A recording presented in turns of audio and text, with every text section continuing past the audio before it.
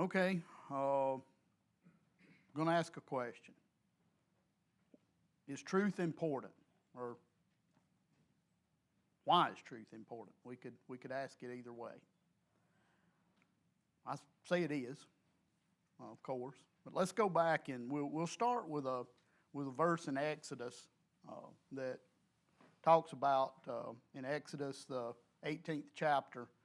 What's going on here is Moses is having to or is tasked with making judgments for the people. He is sitting all day long taking care of making decisions for the people. We'll read through it. I'll read it rather quickly here.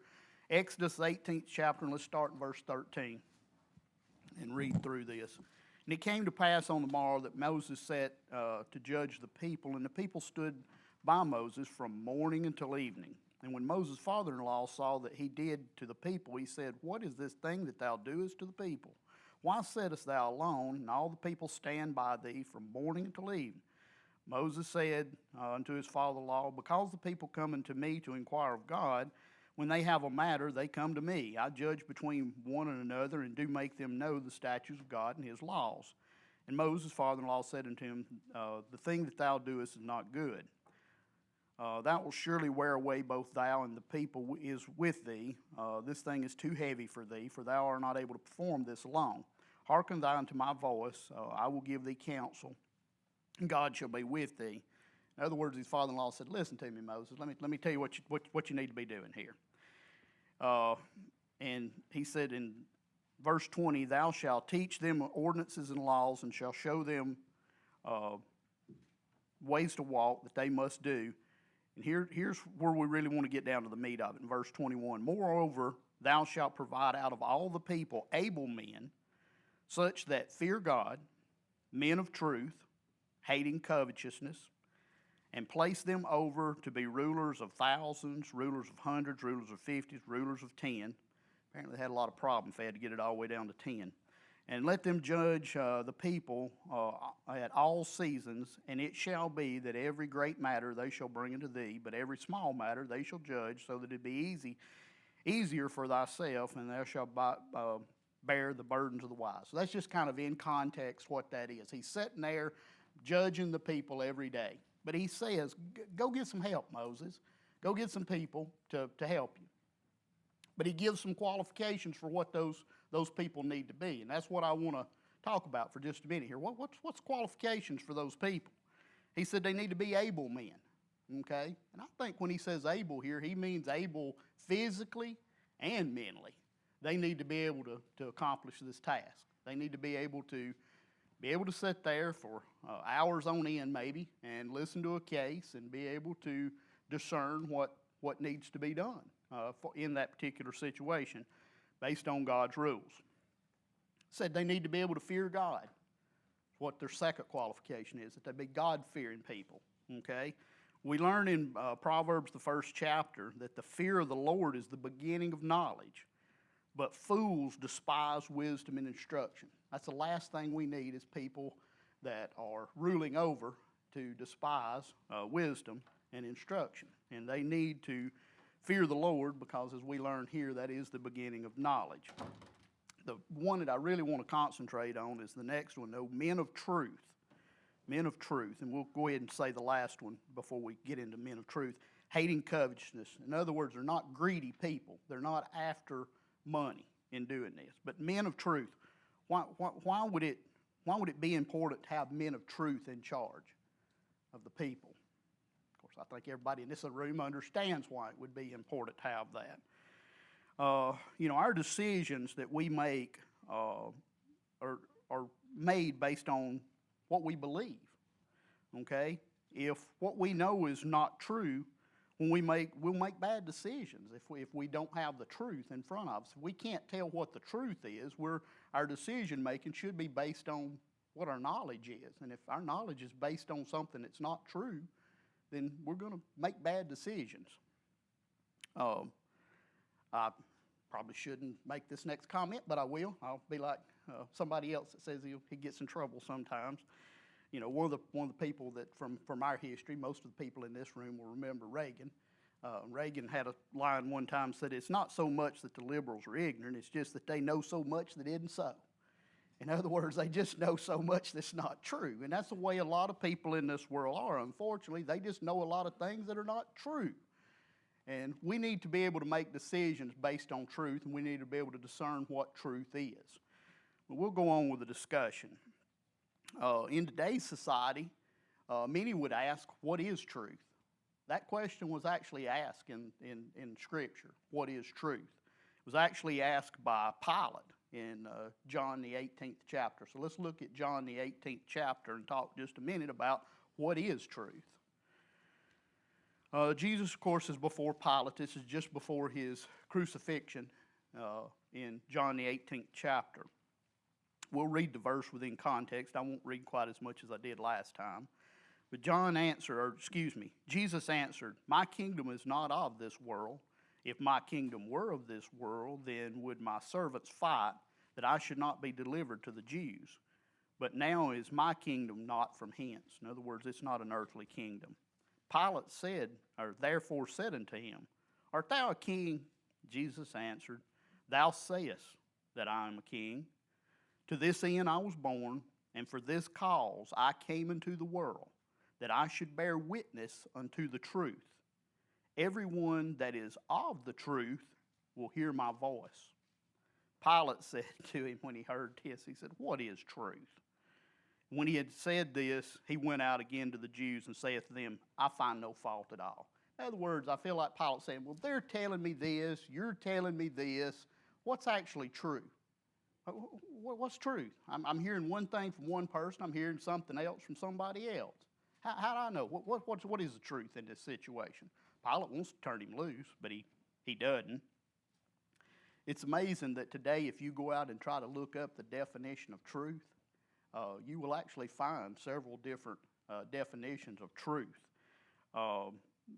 Old definitions will be more back the quality or being true as, conformity to fact or reality, exact accordance with that which is, has been, or shall be. But you'll find some definitions, if you look around, that come more to the truth, that the truth is a statement believed to be true based on the beliefs and experiences of the speaker. Okay? That's not right. Just because somebody has got it in their head that something's true does not make it true. Truth is no longer based on was no longer based on anything other than a person's opinion. And that's sad that in our society we've gotten to that point in today's society where truth is not necessarily based on fact. It's based on somebody's experience or what they believe to be true, and they will go out and present it as true. But that's not true.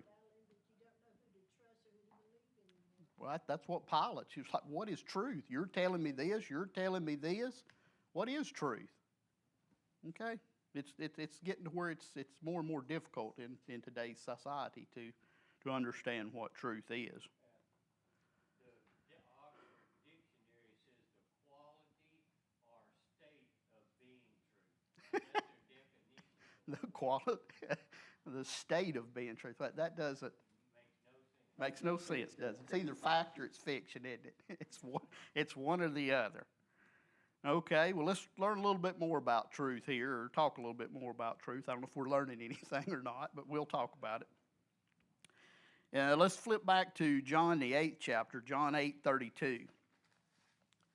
John 8:32, we learn that the truth will make us free. John 8, we'll again, like I say, kind of read it within context. John 8, starting at verse 31.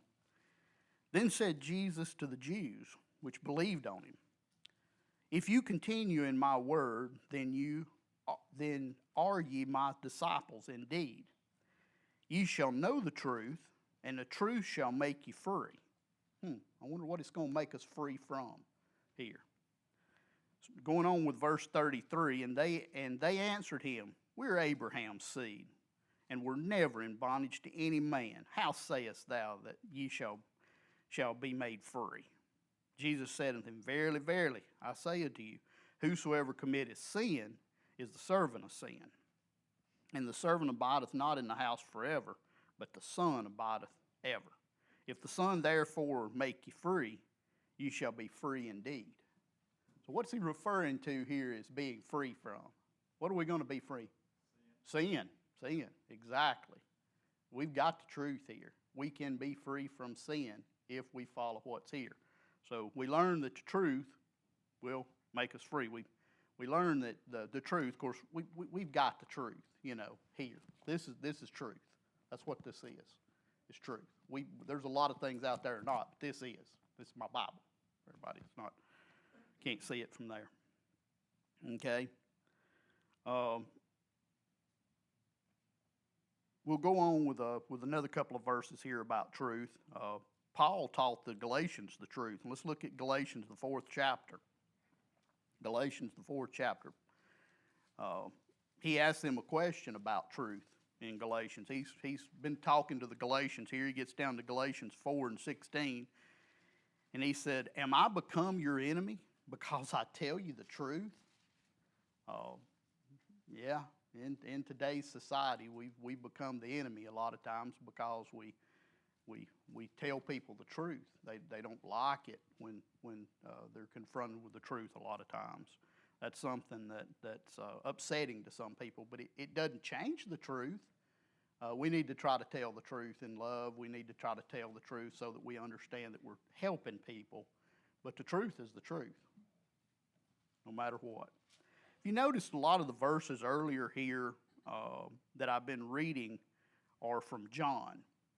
And I'm going to read several more out of John here, but I just kind of want to bring that attention. That's one of the things John, as I got to reading through that's something that it's a reoccurring theme in the book of John when you start reading through John when he talks about truth. That's he talks a lot about love, but truth is something that John talks about a considerable amount. Let's look at John the 14th chapter for just a minute. John the 14th chapter. We'll start off and read a few verses, and then we'll kind of start jumping our way through this. Starting in John 14 and verse 1, let not your hearts be troubled. You believe in God, believe also in me. In my Father's house are many mansions. If it were not so, I would have told you. I go and prepare a place for you. And if I go and prepare a place for you, I will come again and receive you unto myself, that where I am, there you may be also. And whither I go, you know, and the way you know. Thomas starts talking here. Thomas said unto him, Lord, we know not whither thou goest, and how we can know the way. Jesus said to him, this is key, I am the way, the truth, and the life, and no man cometh unto the Father but by me. So if the only way we can get to Christ or get to the Father is through Christ, and Christ is the truth's what's going to get us to God. Okay? So that kind of connects things together there. We have got to have the truth to be able to see God. Let's skip down to John 14 and verse 16. He goes on to say, and I will pray the Father, and he shall give you another comforter, that he may abide with you forever, even the Spirit of truth, whom the world cannot receive, because it seeth him not, neither knoweth him. But ye know him, for he dwelleth in you, and shall be in you. And I will not leave you comfortless. I will come to you. The Spirit of truth. What is he talking about here, the Spirit of truth? What's that? Holy Spirit, Spirit of Christ, also referred to the Spirit of truth, which I think is important. He is truth. Everything that he says is truth. Okay? And that Spirit, of course, we learn from other lessons that we've had that Spirit dwelleth within us. We need to be very adamant in our lives that we're truthful, that Spirit of Christ, which is truth, is always told. We don't need to exaggerate things. We don't need to make things larger than what they are. We need to tell the truth in this, and we need others that have that same belief to do also. He repeats this several more times. Let's look at John the 15th chapter. John 15, and let's drop down to about verse 25. But this cometh to pass, that the world might be fulfilled that is written in their law. They hated me without a cause, but the Comforter, when the Comforter is come, whom I will send unto you from the Father, even the Spirit of truth, which proceedeth from the Father, he shall testify of me. And also ye that bear witness, because ye have been with me from the beginning. So again, he mentions here about the Spirit of the truth, and we understand that the Spirit is within us. Let's read one more of these in John 16. This same theme is just, it's kind of like he's trying to get a point across here. He mentions it several times. John 16, drop down to about verse 12. I have yet many things to say unto you, but ye cannot bear them now. Howbeit, when he, the Spirit of truth, is come, he shall guide you unto all truth. For he shall not speak of himself, but whatsoever he shall hear, that shall he speak, and he will show you things to come. He shall glorify me, for he shall receive of mine, and shall show it unto you. Okay? It seems like he is like I say, trying to make a point here with several of these instances within that. This is during this is coming up. This will be in John. That's not to what, first of Acts, when the Spirit actually comes upon the apostles, and then of course Acts 2 is when that. So this is just prior to, but he's talking about it's coming. I'm going to send him. It's coming. It's coming. He's letting them know. Yeah, he has to spend, like Boyd pointed out. Thank you, Boyd. Comment. He said Christ has to ascend before the Spirit can come, the Comforter can come. Okay, very good. Okay, God's truth will be with us forever, and we learn that. That's actually tells us that in Psalms. Let's flip back to the Psalms, the 100th Psalm, real quick. We're about to finish up here. Psalms 100. We'll start off in verse 1. Make a joyful noise unto the Lord, all ye lands. Serve the Lord with gladness, and come before his presence with singing.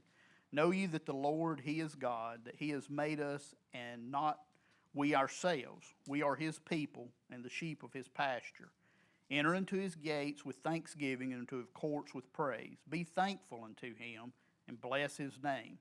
For the Lord is good, his mercy is everlasting, and his truth endureth to all generations. So that indicates that, at least throughout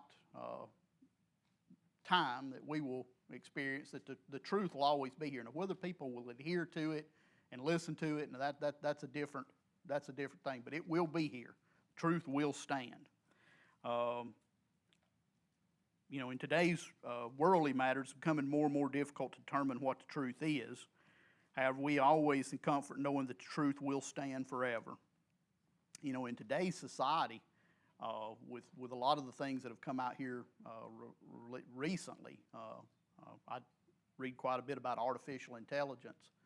And with artificial intelligence, it's amazing what can be created out there that will at least lead your senses to believe that something is true. What it can create, what it can say, it can make someone appear to be saying something that they never said. It can create images that were never real. Of course, we've had the film industry for years, special effects and stuff that can make something look extremely real, but it can be put to us today in a context to where things that are there that are not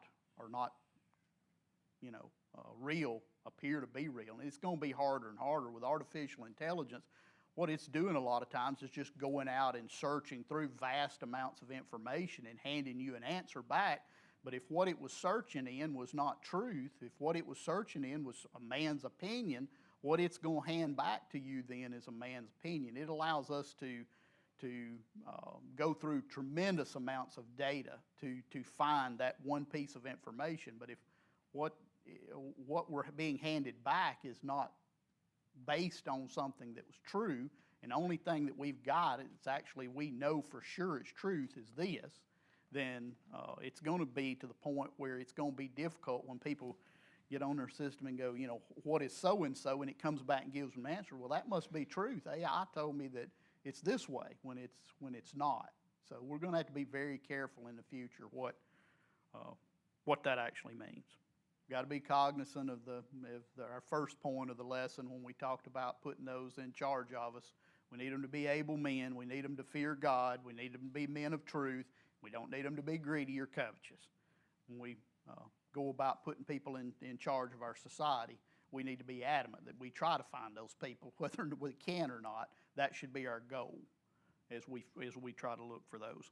I'll just read this verse. Won't expect anybody to turn to it, but it's back in Deuteronomy. It's one that I just put down as a reference that I like.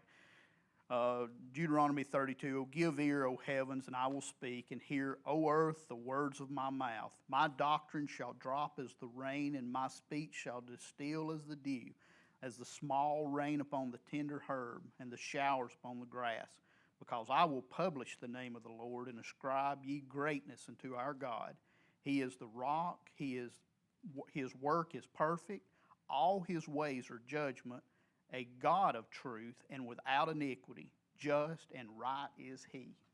That's the only thing we've got that's perfectly just. Anyway, thank you for your time. It's time for us to close out.